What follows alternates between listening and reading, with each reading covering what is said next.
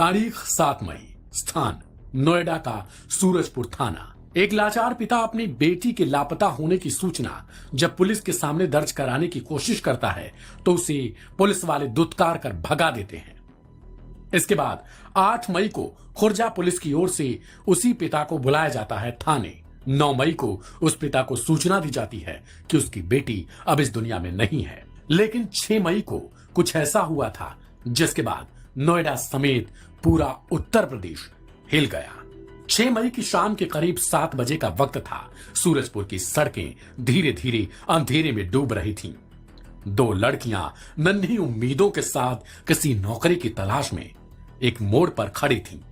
तभी एक काली कार उनके सामने आकर रुकती है। कार में 2 लड़के थे, उनमें से एक अमित, जो लड़कियों को पहले से जानता था। अमित ने कहा, चलो तुम्हारी नौकरी लगवा देता हूं। भरोसा बना और दोनों लड़कियां कार में बैठ गईं। कार ग्रेटर नोएडा के एक ठेके पर रुकती है। वहां से बियर खरीदी जाती है। अब कार के शीशे ऊपर हो चुके थे, म्यूजिक तेज था और माहौल बदलने लगा था। गाजियाबाद के लोनी इलाके में एक और लड़का कार में चढ़ता है। तीनों ने मिलकर दोनों लड़कियों को जबरन बियर पिलाने की शुरुआत कर दी।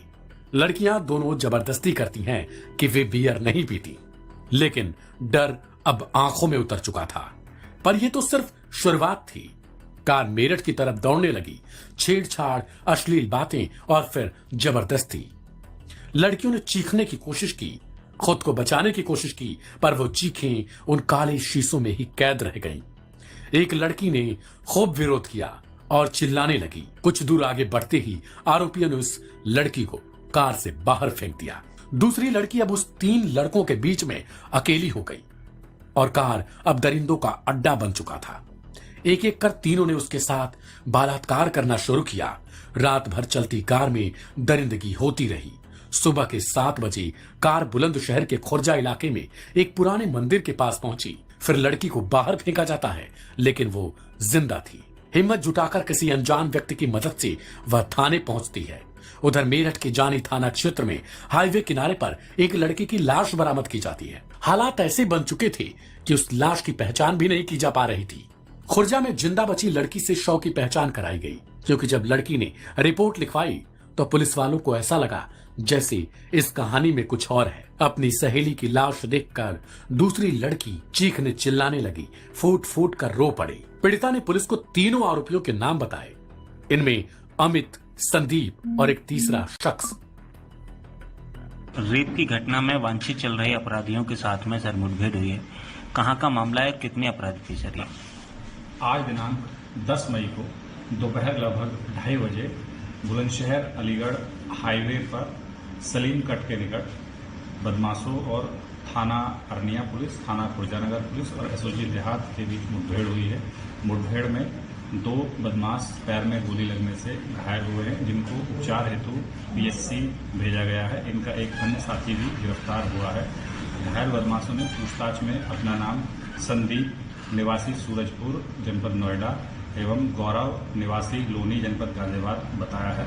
अन्य गिरफ्तार अभियुक्त का नाम अमित निवासी सूरजपुर नोएडा है। इनके कब्जे से एक किया सेल्टॉस गाड़ी सफेद रंग, 2 अवैध तमंचे 315 बोर, 2 जिंदा कारतूस, 2 फुका कारतूस और दिनांक 7 मई को थाना खुर्जानगर पर पंजीकृत अभियोग से संबंधित प्रकरण से एक लड़की को इनके द्वारा जानी थाना क्षेत्र जनपद मेरठ में चलती गाड़ी से फेंका गया था। उसका मोबाइल भी इनसे बरामद हुआ।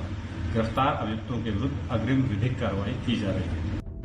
वहीं पुलिस ने लड़की का मेडिकल करवाया और उसके बाद रिपोर्ट दाखिल की गई। पीड़िता ने खुलासा किया कि 6 मई को शाम 8 बजे से 7 मई सुबह 6 से 7 बजे के आसपास वो उनकी कैद में थी। नौकरी के नाम पर उसे उठाया गया था और फिर पूरे यूपी में कार से घुमाया गया। पुलिस ने इसके बाद तीनों आरोपियों की तलाश शुरू की। 10 मई को बुलंदशहर अलीगढ़ के बॉर्डर पर अरनिया के पास पुलिस ने घेराबंदी कर दी। मुठभेड़ शुरू हुई। 2 आरोपियों के पैर में गोली लगी। तीनों गिरफ्तार हो गए। ये कार 6 जिलों से होकर गुजरी थी। गौतम बुद्ध नगर, गाजियाबाद, बागपत, मेरठ, हापुड़ और बुलंदशहर। रास्ते में कई टोल प्लाजा आए, हाईवे के कैमरे लगे थे, लेकिन किसी ने कुछ नहीं देखा। एक लड़की को चलती कार से फेंका गया, दूसरी को रौंदा गया, उसके साथ जबरदस्ती की गई, उसकी इज्जत को लूटा गया, लेकिन सब मौन रह गए। एक लड़की मारी गई, एक जिंदा बच गई, लेकिन क्या सिर्फ इतना काफी है? इंसाफ तब पूरा होगा जब सिस्टम सोचना बंद करके जागना सीखेगा, और वो तब होगा जब एक भी लड़की डर के बिना घर लौट सकेगी। बुलंदशहर की इस कहानी ने सबको चौंका कर रख दिया है, और फिर कानून पर एक बार फिर से